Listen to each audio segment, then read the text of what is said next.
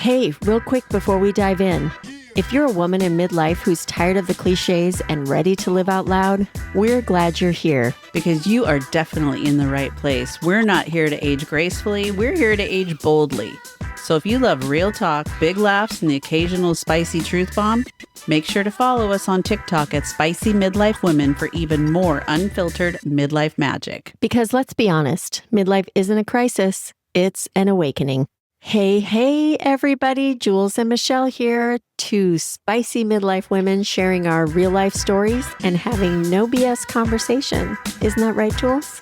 You know, that's what we're good at. No BS conversations. That's right, ladies, here to help all of you midlife women redefine your relationships, ditch the toxic cycles, and reclaim your power one episode at a time. So let's get into it, Miss Shelly Belly. Oh, we're getting into it. That's for sure. Girl, this is a good one. Let me just, I'm going to lay out the title for you here for this episode, which is After 40, We Don't Fake It. And we're going to be doing some real talk on sex and satisfaction. So disclaimer here, if you're listening to this in your car, taking your kids to school, maybe want to pause until you drop them off so that you don't have to miss anything. If all of you haven't figured it out by now, Michelle is our disclaimer queen. She likes to disclaimer everything.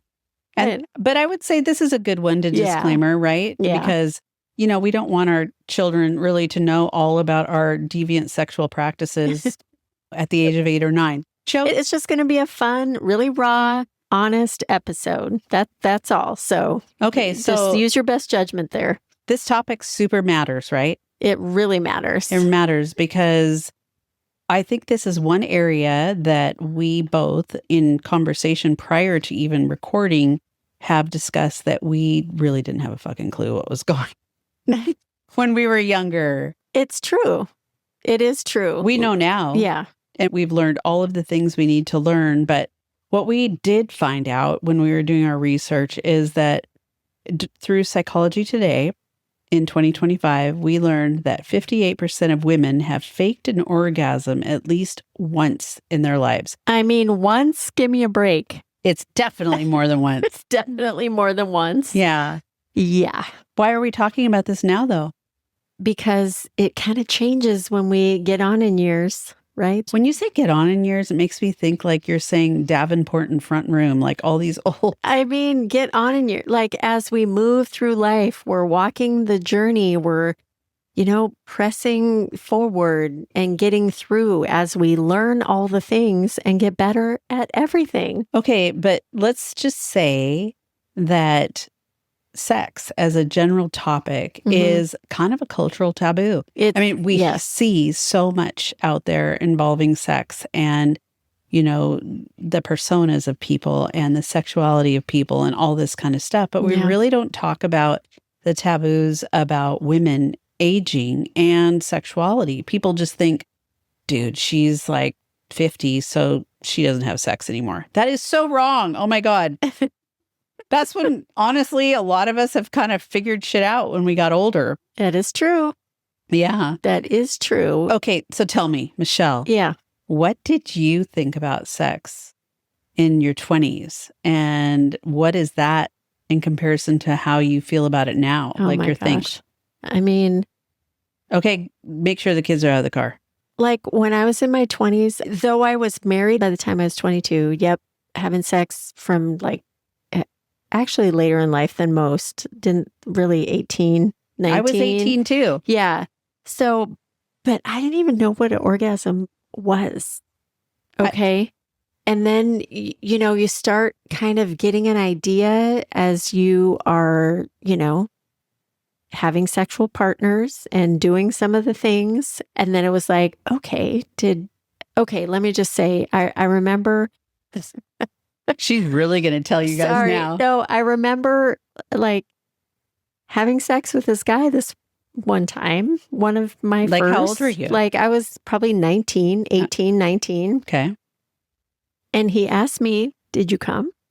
You're like, what's that? I did. I seriously, I was like, oh my God, I don't even know what he's talking about right now. What does he mean? Okay, that's what happens when you're raised in a Mormon household. Pretty much. Or a Catholic household is kind of the same thing. We didn't talk about any of that either. So, I mean, and then, you're moving on and yep, I got married in my early 20s. I really didn't know a lot about things, really, even then, And so when you compare that to what you know then to what you know now, it is completely night and day. It was kind of this interesting, kind of scary, intimidating world as far as sex goes. And now it's this really exciting thing that you enjoy. Mm-hmm. And there's so many different facets to it, not just the sex part. Right. Okay. Completely agree. Yeah. So. Okay. Well, I would say if I was asking myself that same question, no clue. Yeah. Absolutely no clue. Yeah. Like I really knew that it existed. Yeah. Okay. All you ladies out there who are around our age, you'll get this. The ones that are younger, not going to get this. But we were really coming of age when the whole AIDS epidemic was coming about. Yeah, that is true. And I remember that, I had never even seen a condom before when I was 20 years old. The guy that I lost my virginity to at the age of, 18 and a half, I didn't use a condom or anything like that because I think we were both virgins at that time, right? But when you got into all of this other stuff, you realized that you had no freaking clue what you were doing. It's just like what you saw maybe on TV. I'm not kidding you. I really had no clue. And pornography, right? And the pressure to perform, right? Yeah. When you think of pornography and where women are immediately turned on and having multiple, right? I know. Having multiple orgasms. And all of that stuff, it is just fake. Not real. No. This is fake. But when you're younger, you see that and you feel like that is reality and this is what you need to do.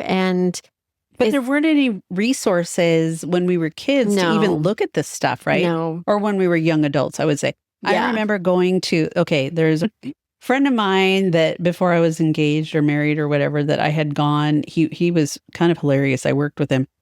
He took me to my first porno movie and it was up on Capitol Hill, that area in Seattle, right? And I had never, ever been to one before. And I went into this porno movie and I'm like, oh my God, this is such a horrible plot. Isn't it crazy? That's not what was really supposed to be happening. The plot, who cares, right? You went with a guy? Yeah, he was just a friend. We went with a guy. And I had said I'd never been to one before. And he was like, I'm taking you. And we went. I think I lasted maybe 15, 20 minutes there. Yeah. And I'm like, okay, it was really, really bad acting. I just remember me and my girlfriends watching Debbie Does Dallas. Who? Debbie Does Dallas. Oh, Debbie Does Dallas. Yeah, we were watching that it was just me and my girlfriends. We were watching it and I was just like, where were you watching it? Holy smokes. It was actually at her boyfriend's house. So it was like on a VHS? Yeah, we're just watching. Yep. For all of you, VHS is like a big frickin' tape that goes into a machine. It's like a giant cassette tape. Yeah. Not an 8-track, but it's close, right? So that is the first time that you saw that? Yeah. Yep. And I was like 18, 19 years old. I was 21 when I saw that. So that was very eye-opening for me. All these women that are out there right now, I'm kind of cracking up going, okay, if you're 40 or older, even like into your 50s, you're going, these women were so repressed. We so made up for it after we got divorced, right? Yeah. This is why you don't get married early. So you can figure all these things out before you get married, right? But anyway, doesn't matter. But, back to what you see in pornographic stuff and the multiple orgasms that we know is fake. So have you ever faked an orgasm? Hell yeah. Yeah? Yeah. Yeah, me too. 100%. Yeah. 100%. What are some of the reasons you think? I just wanted it to be done. To finish bad sex. Yeah. Kind of. I just wanted it to be done. And what do I know? Do I know it's bad sex? I can kind of tell it's bad sex at the time, but I'm just like, no, I just want to be done with this. I'm ready. I'm done.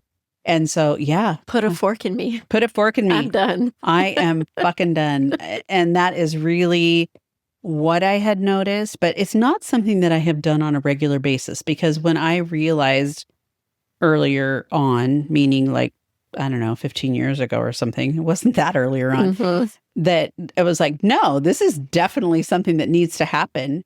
This is definitely something that they need to figure out. And I need to, but at that time, I would be like telling them, this is what I like. This is what I want. This is, whatever, move to the left, whatever it needs to be.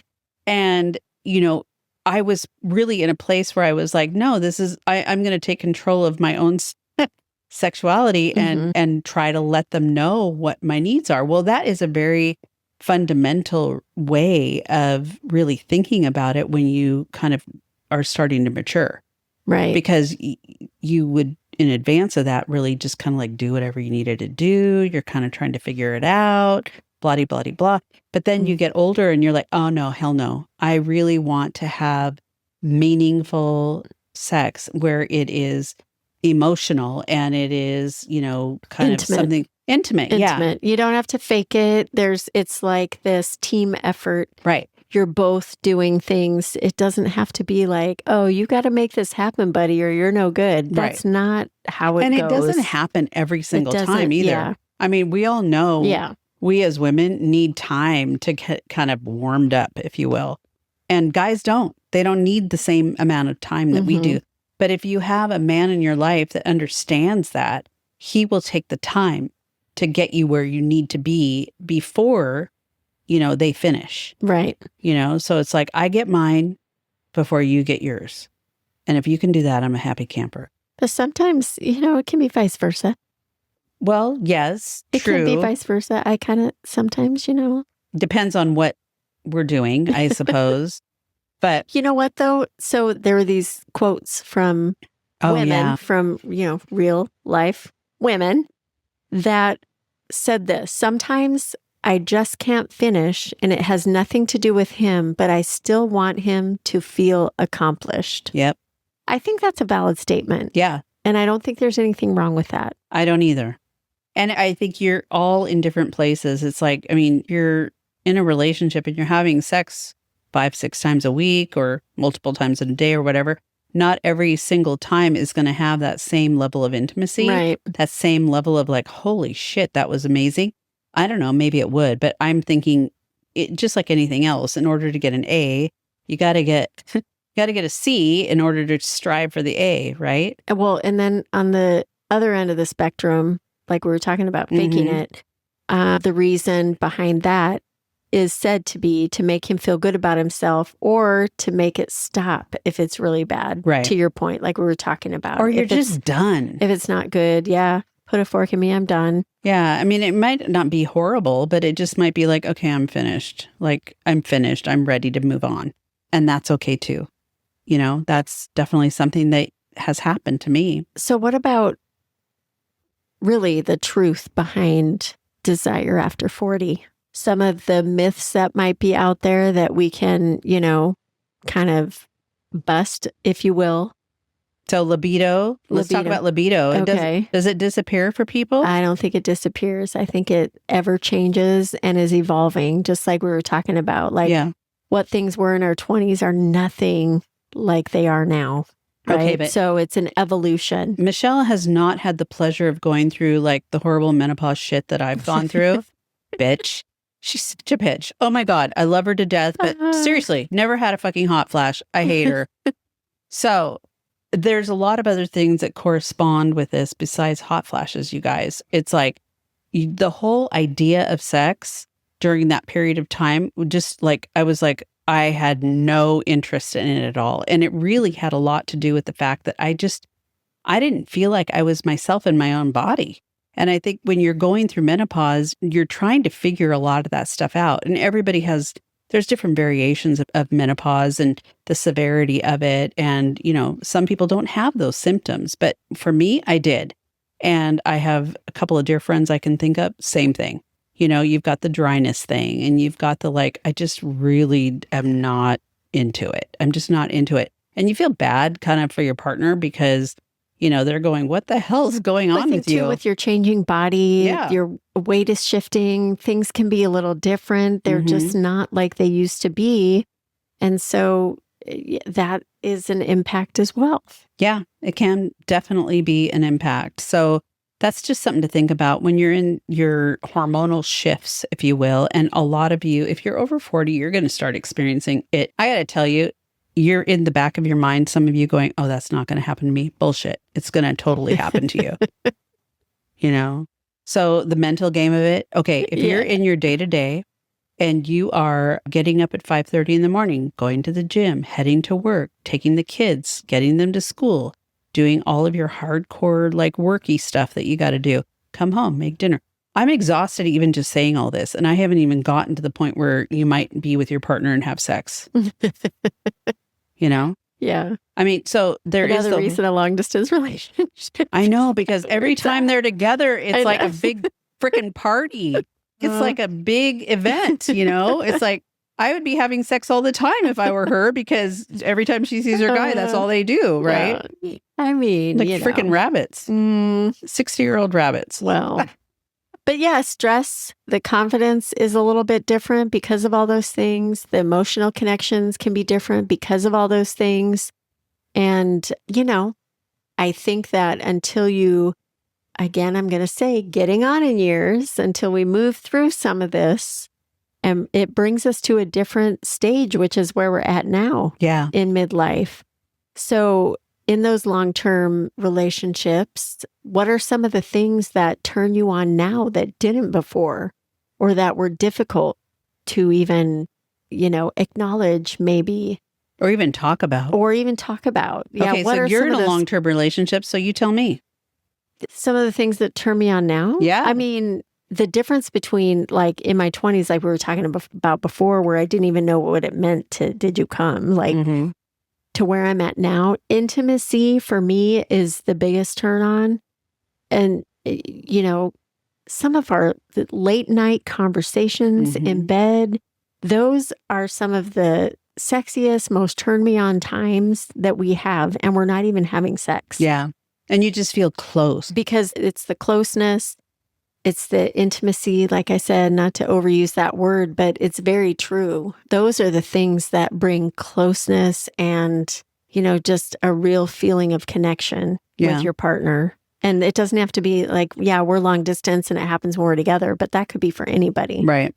Yeah. Well, that's interesting that you say that, because I do believe when it doesn't matter how far apart you guys are, it's like, a lot of the pillow talk and the things that are your thoughts and your intimate feelings you may not share with anyone else are going to happen a lot of the time when that's taking place. Yeah. You know, but it doesn't have to necessarily be the physical act of sex, but it's all the shit leading up to it that gets you to that point. Intimacy can be, you know, like if you're cooking in the kitchen and you walk past your partner and, you know, give them a soft pat on the behind, you know, or you can say ass. Little pat on the ass, whatever it might be. Just things like that, connecting with, you know, visually with your eyes and making those types of connections and just really being present in those moments can really just be super sexy and bring a lot into a relationship, which then just adds to the intimacy of when you are having something more physical and, you know, sex. Yeah. So let me ask you this then. If we're talking about those long-term relationships, do you think it's okay to fake an orgasm? Can it ever be? I mean, I think I'm not going to speak into long-term. You brought it to a long-term relationship. Well, I'm just saying, it's like, is it ever okay? And it's like, I think fake it? Yeah. I mean, in short-term relationships, or let's talk casual sex here for a second. Hell yeah, it's absolutely 100%. You're like, oh yeah, this is so not happening again. Or, you know, you're trying to get to know somebody, you're trying to learn what they're about, and it's like they haven't figured you out yet. It's like that might be an appropriate time as well. But if you're in a, you know, long-term relationship and you are faking orgasms every time you guys are together, that's kind of a problem. Yeah, that is a problem. Yeah, you're clearly not having that talk. Whether it's long distance or not, if you're faking it every time, then there's something not of depth there. And it's definitely something to think about. Be thinking about. Yeah. Absolutely. Really totally I would totally agree with you on that. What does satisfying sex actually look like? now? I mean, what do you think? Well, I would say if both people are satisfied, like they're both having orgasms, they're both having the pleasure that goes along with it, that there is it doesn't have to be a long period of time, but enough period of time to where each person is able to kind of, be in the moment. I think too, the being emotionally connected, that intimacy that we're talking about, less performative, if you will, and more present. I think that is definitely something to redefine satisfaction. What about trying like different positions? I mean, there's that too. And just being open to having fun. Well, okay, I asked that because I remember having a conversation with someone I was in a relationship with. And it was becoming rather, I wouldn't say mundane, but it was becoming kind of like predictable, right? Yeah. And I was trying to be that open person to have that conversation. And I was like, I think we just need to mix this up a little bit. We need to try. And he got really offended. But he took it very like to his and it had nothing to do with his machismo or anything like that. But it was more clearly I wasn't getting what I needed. Okay, wait a second. Again, Julie always comes up with these words. Machismo is a new one for me. What does that mean? The macho man, like macho man. I do, and I figured that that's what it was. But, you just use these terms sometimes that are so off the cuff and different that I don't know. So I just had to, I had to be very careful to the machismo with how I approached that because I didn't want it to be something that he was feeling I was directing towards him because obviously, I'm half of the equation, right? So I'm taking half ownership of whatever's going on. I'm just saying I want it to be better. Yeah. I want it to be more intimate. I want it to be more exciting. And both partners need to be open to that. Exactly. I mean, vice versa. Yeah. And I can see where if my partner brought that up at first, maybe it's like a little bit, he might take it the wrong kind of way initially. I think if they know how you're feeling, it's not like you're trying to be, disrespectful or anything like that, right? What about as far as, these satisfaction things that we're talking about and redefining it? What about self-pleasure and embracing solo sex? Okay. What about that? I think that's absolutely 100% on the table. Okay. Yeah, you're going to see. On the table? Well, on the couch? On the table of the couch, on the bed, whatever. You have to know about your own body to be able to share 100%. How you feel about your body with someone else. Nobody does it better. Nobody does it better. She likes to sing that song. It's true. I know. I'm sorry, it's true. But here we're talking about like your own like figures or whatever, or a device or whatever. You want to be able to show or teach or share with someone else what works for you. And if you bring them into that self-pleasure while you're both participating, I mean, that's why exploring those avenues and knowing how your body works and being able to, like Julie said, bring it to the table, or if you're on the bed or the couch or wherever it might be, I think is super important. Yeah. It really is. And being confident in that. And your partner might not be super comfortable talking about some of this stuff. Right. So you just got to be comfortable for them. Yeah. Just do it with the lights off and then they won't have to look at you and they'll feel more comfortable talking about it. Start there. That's all I'm saying. What about casual sex? Well, I can tell you a little bit about that because that's definitely been in my arena. Do share. Oh, I'm not sharing everything. I know. But I mean, just like. Okay, so Michelle and I were having a conversation about this. Casual sex, there's the whole persona of being a hoe, right? And then there's a persona of being particular and having casual sex with people that you're interested in. Now, I have not been a hoe, but I've definitely done the second. And I think that a lot of that has to do with learning about yourself and learning about what you want and learning about what your boundaries are and respect level, frankly, for yourself. Because there's several different ways to look at it. I mean, dude, we all have needs, right? Yeah. And it's like, I've been divorced for a while. I've been in relationships. I know what I want. I know what I like. But it's like, there's periods of time where I'm just not really interested in getting into something like that.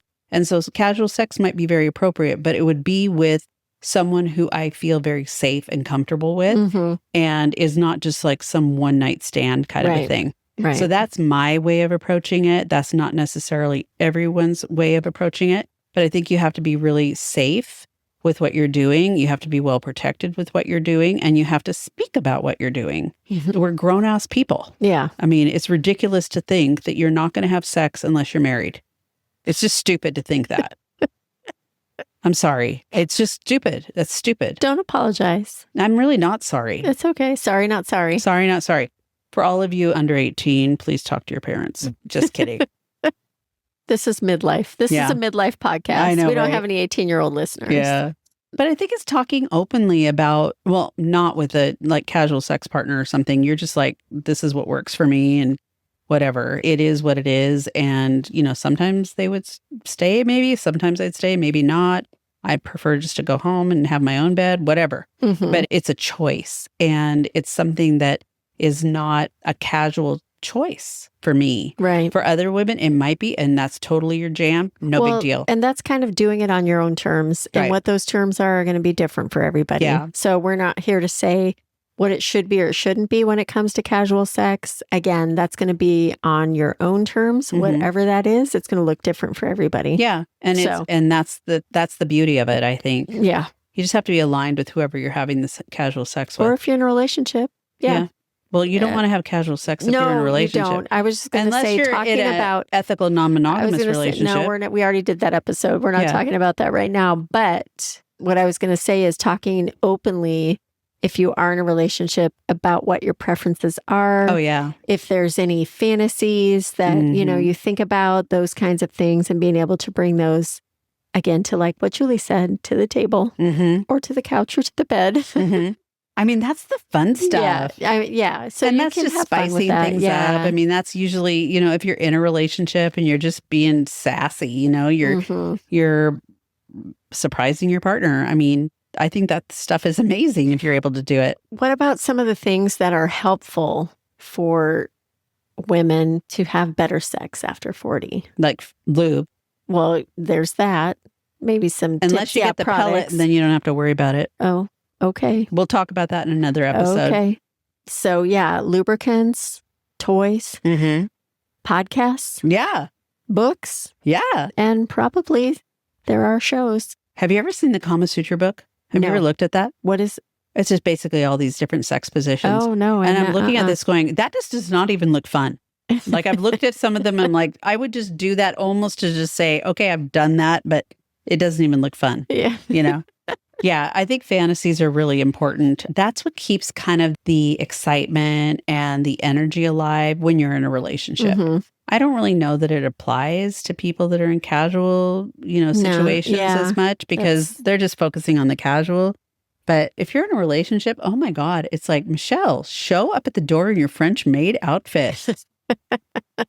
Or with a trench coat on and nothing underneath. Exactly. You know, just don't show up to his work because he might be a little freaked about that. Anyway. But yeah, no, I think all of that stuff is on the table, as Michelle would say. Yeah.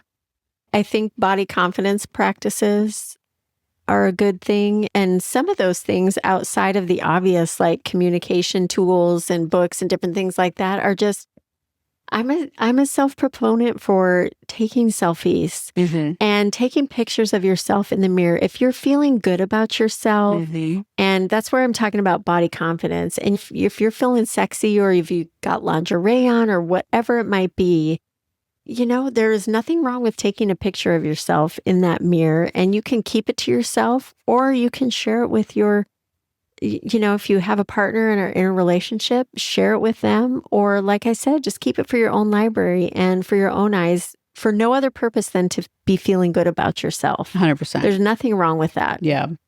So. And I think what it really boils down to is we don't need a permission slip. We're grown-ass women. And you don't need to owe anyone a performance. You deserve to have pleasure in your life. You deserve to be able to share what works for you. And I'll be damned if you don't need to apologize for it. No apologies. No apologies. And no fucks. Apology not accepted. Anyway, with that in mind, you guys. Just check us out on our socials. We are on Facebook and Instagram. We would love to hear from you. So if you We have, as you heard at the beginning of the episode, a spicy community that is coming your way, and we would love to know what you want to get from that. So drop us a DM in either Instagram or Facebook messages at Spicy Midlife Women and let us know what you would love to see in that community. And we're just super excited about it. So check us out there. Keep downloading. Like, follow, share with your friends. If you enjoy what you're getting from us, we would love to have you spread the word. That's all we want you to spread is just the word. Not your legs or anything else. Spread the word. And until then, next week, ladies, all right, everybody, have a good one. Stay spicy. Bye. Bye.